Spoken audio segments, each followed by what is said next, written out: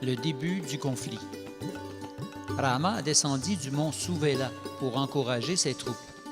Arc en main, il mena la marche sur Lanka, suivi par les singes armés d'arbres déracinés et d'immenses rochers.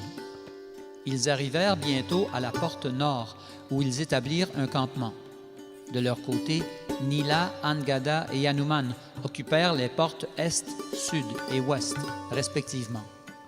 Ainsi, les singes encerclaient la ville au grand complet, attendant l'affrontement. Les guerriers Rakshasa furent surpris de voir un tel déploiement de singes autour de leur capitale. Armes en main, les dirigeants des Rakshasa se ruèrent vers le palais de Ravana pour l'informer du siège de la ville. En effet, du balcon où il se trouvait, le roi des Rakshasa fut lui aussi abasourdi de voir tant de singes aux quatre coins de Lanka. À vrai dire, il fut déstabilisé pendant un moment, ne sachant trop comment réagir à une telle stratégie de la part de l'ennemi. Rama ordonna ensuite à Angada de livrer un message à Ravana. Angada bondit jusque sur le haut de la porte nord, où Ravana était assis avec ses ministres. Se maintenant à une saine distance de Ravana, Angada lui dit « Mon nom est Angada, neveu du roi Sugriva et héritier légal du trône de Kishkinda. Je viens de la part de Rama te livrer le message suivant. Ô roi des Rakshasa, tous tes acquis de piété sont maintenant expirés. Je vais maintenant te tuer en guise de représailles pour les atrocités que tu as commises envers les rishis. Si tu ne te rends pas immédiatement, je vais éliminer tous les Rakshasas de la surface de la terre et tu seras transpercé de mes flèches mortelles. Dans le cas où tu refuserais de me rendre Sita pour ensuite te prosterner devant moi, je te conseille alors de jeter un dernier regard sur Lanka avant de mourir. » Furieux, Ravana ordonna à ses ministres de tuer Angada sur le champ. Ce dernier se laissa capturer afin de pouvoir éventuellement démontrer ses prouesses au combat.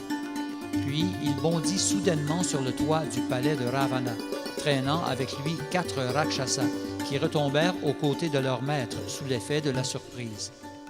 Angada détruisit ensuite de ses pieds le toit du palais royal sous le regard ahuri de Ravana, pour ensuite rugir violemment et bondir de nouveau vers Rama. Ravana comprit que sa fin était proche et il soupira pendant de longs moments. Rama lança alors l'ordre suivant à son armée. « Ne faites qu'une bouchée des Rakshasas. » Les singes crièrent à l'unisson « Victoire pour Rama et Lakshman !»